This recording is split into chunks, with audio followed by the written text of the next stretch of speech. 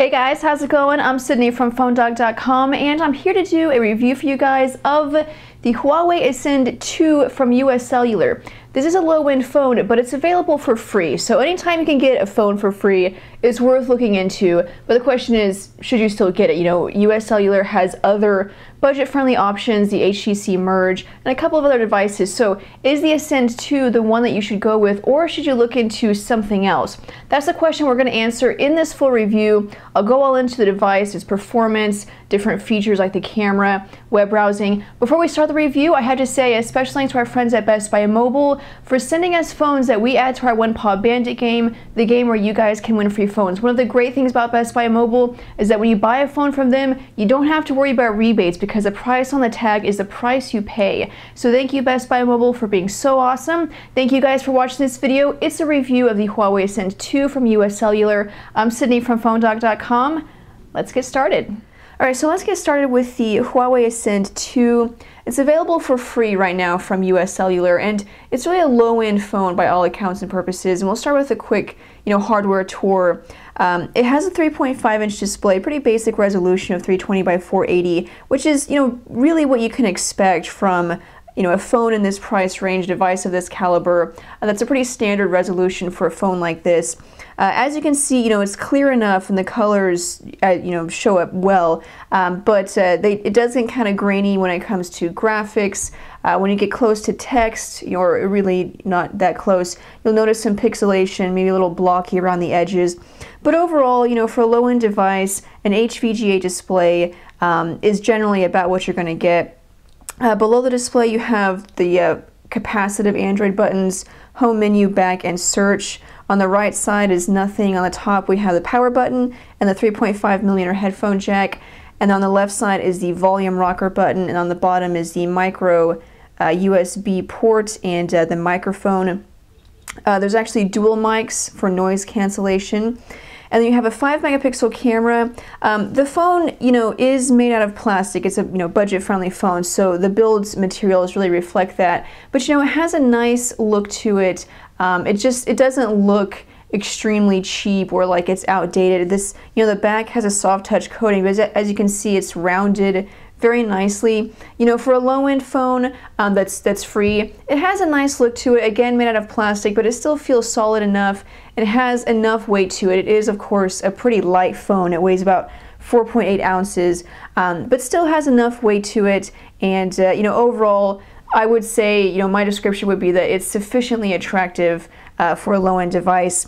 So going back to the front here, 3.5-inch display, which may be too small for some when it comes to typing, but that's really going to depend on the size of your hands. Before we start talking about the keyboard and messaging, let me go over just the UI. Of course, you can see this is an Android device, and it does Huawei has included its own custom skin on top of Android. The interesting thing about this UI is that it actually acts more like a launcher.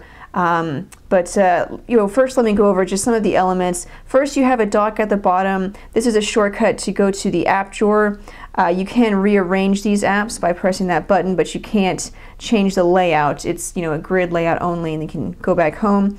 Then you have shortcuts for messaging, the browser, and calls, or for the phone. And then you have a shortcut to see all of your home screens and move them around if you would like. And then the notification bar, we have toggles for Wi-Fi, Bluetooth, GPS, data switch, auto rotate. And as we go through the review, you'll notice a couple of other customizations in terms of, graphics or design, maybe little color schemes here and there. Huawei has also included some widgets. So you're going to notice some of these are ones that, I've downloaded, but you do have an Audible widget. Again, that's one that I've downloaded. Daily perks, Friend Stream, which, social networking aggregator,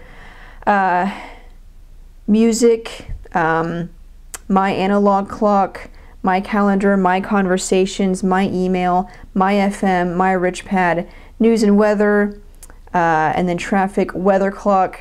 So this is the weather clock. It's a pretty large widget, but as you can see, it looks pretty nice. And then over here I have the email widget, so you can kind of see the design there. This is using Huawei's own email client just get a quick look at it. So overall, the UI, it's all personal preference. Personally, it's not my favorite UI, but everyone's going to feel differently about it. So just give you a quick look at it. A lot of aspects of it resemble Samsung's TouchWiz UI, but just not quite as refined. Now, as I mentioned, it kind of acts more like a launcher rather than just a skin over Android. An example of that is if we go to the settings while we're here in the home screen, you can see you have home settings, and when we go there, you can see that I can change the theme between the Huawei launcher or the Android theme, and this is what you get out of the box. And so if I were to select the Android theme and I click save, and then when we go back home, it gives you a sort of more stock version of Android.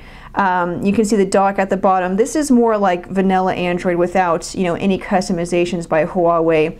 But as you can see, the notification bar, you still have the toggle button. So it's not an entirely stock version of Android, but it is more stock than if you were to use the Huawei launcher. On top of that, you can download themes from the internet. So you can see here I've downloaded a theme.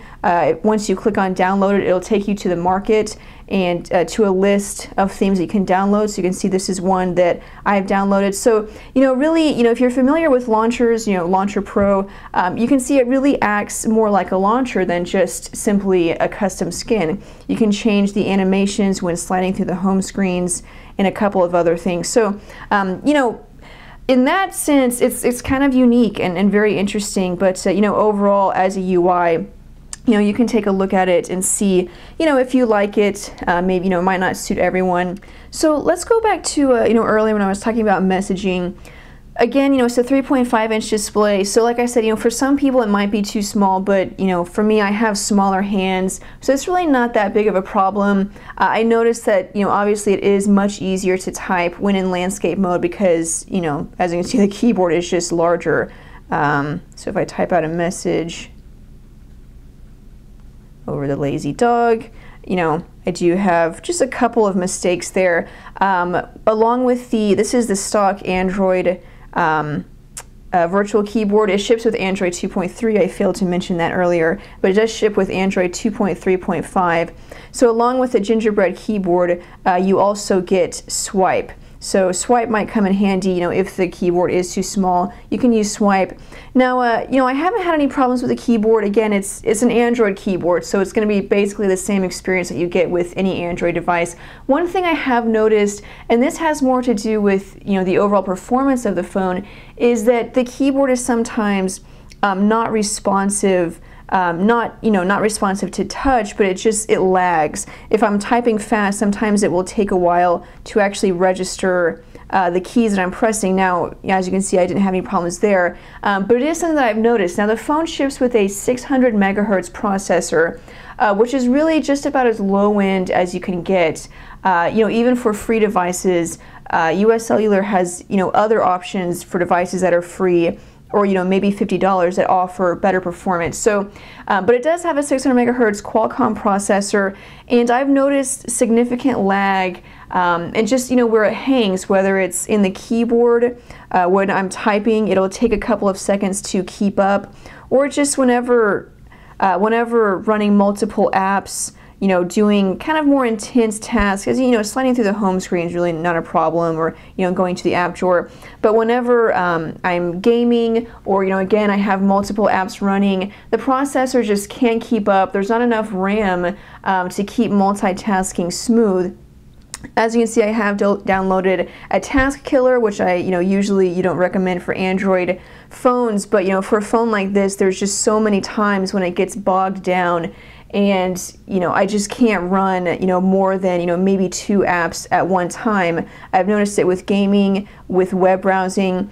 The processor just really can't keep up, and there's been several times when I've been frustrated with it because it's just so slow and so laggy. I'll show you guys a couple of benchmark tests so we can kind of get an idea of some scores. This one was apparently already running in the background, but maybe just give you guys an idea of what performance will be like based on some numbers, if that will help. So we'll wait for this one to finish. Okay, so for this test we have a total score of 1025. Let's go over and do one more. Smart Bench 2012, and we'll take a look at the scores for this. Okay, so for some reason, Smart Bench 2012 kept giving me an invalid error, and so I ran it a couple of times, which literally took 10 minutes each time, but it wouldn't work. So instead, we're going to take a look at the Quadrant standard benchmark and take a look at these scores. All right, so here we go with the benchmark results, and it is 858. So just a quick scores. I don't even know what that word is. Just a few quick scores to, maybe give you guys an idea what performance will be like. But overall, very sluggish and slow.